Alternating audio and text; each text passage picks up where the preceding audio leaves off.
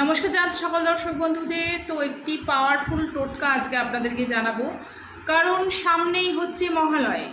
তো এই মহালয়ের দিন আপনারা কি করবেন বলে দিচ্ছি সেটা। দোকান থেকে একটি ডাব কিনে নিয়ে আসবেন, এলাচ কিনে নিয়ে আসবেন, লবঙ্গ কিনে নিয়ে আসবেন, কালো তিল আনবেন, সঙ্গে একটি সিঁদুর নেবেন আর লাল শালু কাপড় নেবেন। কি করবেন বলে দিচ্ছি আমি। ডাবটি কেটে যেই জলটি থাকবে সেটি আপনারা আপনাদের ভগবানকে নিবেদন করবেন। যাদের ঘরে যেই ভগবান রয়েছে সেই ভগবানকে আপনারা নিবেদন করতে পারেন। ফাঁকা ডাবটির মধ্যে আপনারা কালো তিল, লবঙ্গ, এলাচ আর সিঁদুরটা ঢেলে দেবেন।